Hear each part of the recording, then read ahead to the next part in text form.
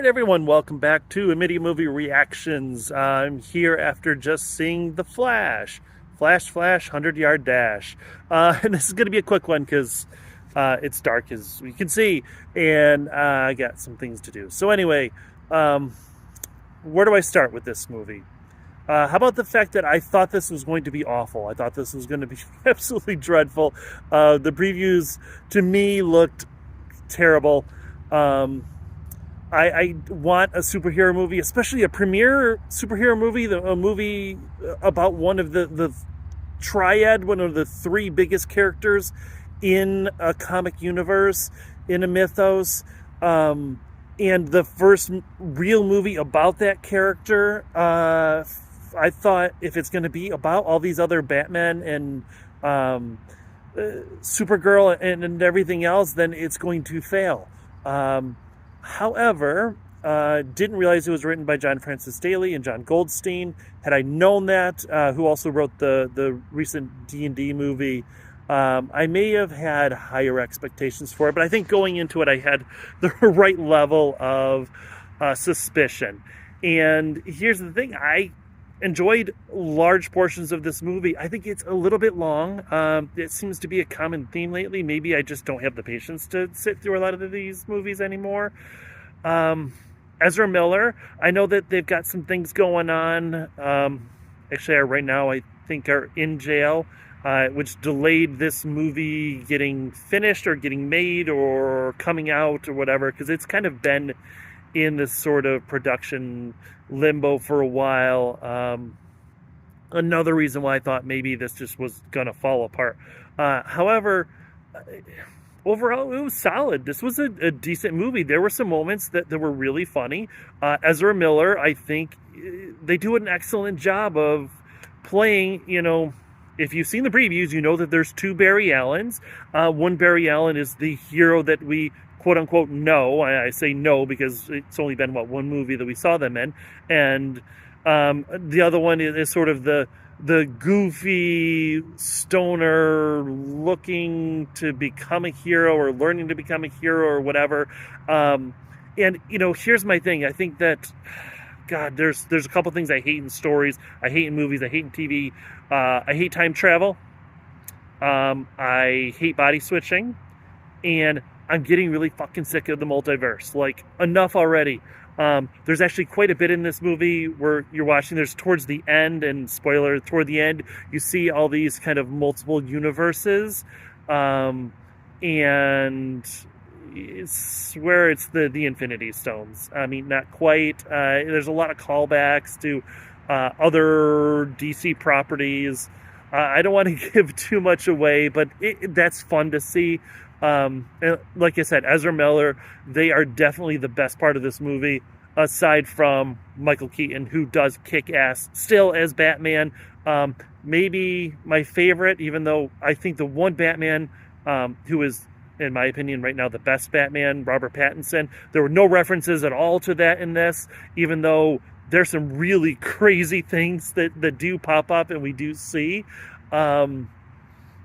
As far as the movie itself, the action is okay. It feels like there's too much time in between the really cool action set pieces.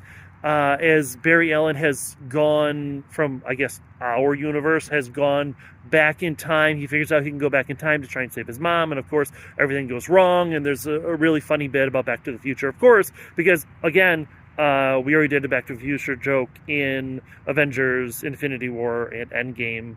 Actually, I think it was specifically in Endgame, right?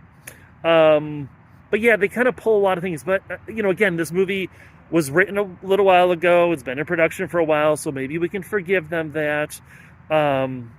It looks great when Flash is doing his Flash thing, even though he does this really weird run. Like, I don't understand. And then he has this starting point, which I think must be a callback to the comic books. I've never really read a lot of Flash comic books, so I'm going to that's my supposition.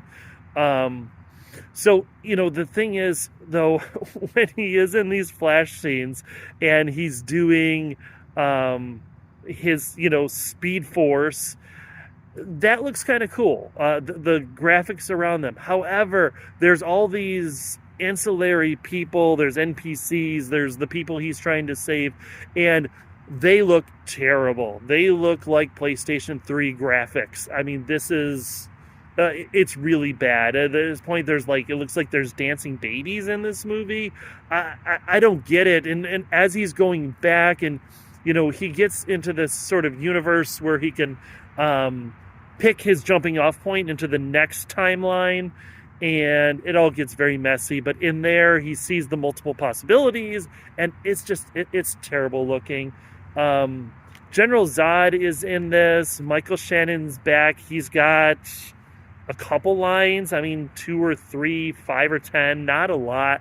I don't know what the point. Again, if this is the first movie of The Flash, we need to see The Flash. We need to see Gorilla Grodd. We need to see, I'm blanking on the names, Captain Freeze, right? Is that what he is? The Boomerang. Like, we need to see Flash villains. We need to see Flash doing Flash things. We don't want to see, even though it's cool, we don't want to see all these Batman. We don't want all this time spent with rescuing Supergirl. And why the crap does every DC movie always end up with, hey, we have to go get Superman? Like, every single one. They got really cool, really powerful heroes, but it always ends up with, we need to get Superman to save us and save the world and save the universe and all that stuff. Though, anyways, off track. Zod is in it, but for what point? It's weird. Like, he starts as, comes down, and it's just like Superman Returns, right? I don't know, whichever one it is, right? So he comes down and he says, oh, if you don't turn over the Kryptonian to me, I'm going to destroy the planet. And then, like, Flash decides he's going to go reassemble his version of the Justice League, and even though Zod has already threatened that you have so many hours to do that and he's going to destroy, they are like flying to Russia and they're doing research and they're trying to get, it's just, the timeline, movie about broken timelines, the timeline of this actual movie sucks. Speaking of which, there are some funny, as I said, some funny moments, too much time in between those funny moments. I think Ezra Miller does a great job with presenting those and acting them. The dual roles is actually, rather than being kind of cheesy, I think it's done well. This is strange for me to say, even though I think music is a big part of movies, and for some movies, especially some recently, I felt like maybe didn't carry on, into the latest Across the Spider-Verse. I thought the music wasn't quite as good.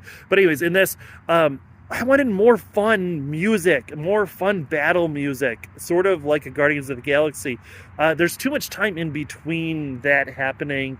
And there were stretches of this movie I was really losing interest. But overall, was it as bad as I thought it was going to be? No, and I think that's because of the writers. I think that's because of Ezra Miller and Michael Keaton, who, still he kicks ass. So see it, stream it, skip it. I don't know that you need to see this in a big theater, even though it is a spectacle. It is loud, it's cool. I think it's probably just as fine just sitting and waiting for it at home. If you're into the whole DC universe and all that, then there is an end scene that doesn't really have anything to do with the movie as a whole, but it's kind of just another running gag. But the end scenes are, they're crazy long.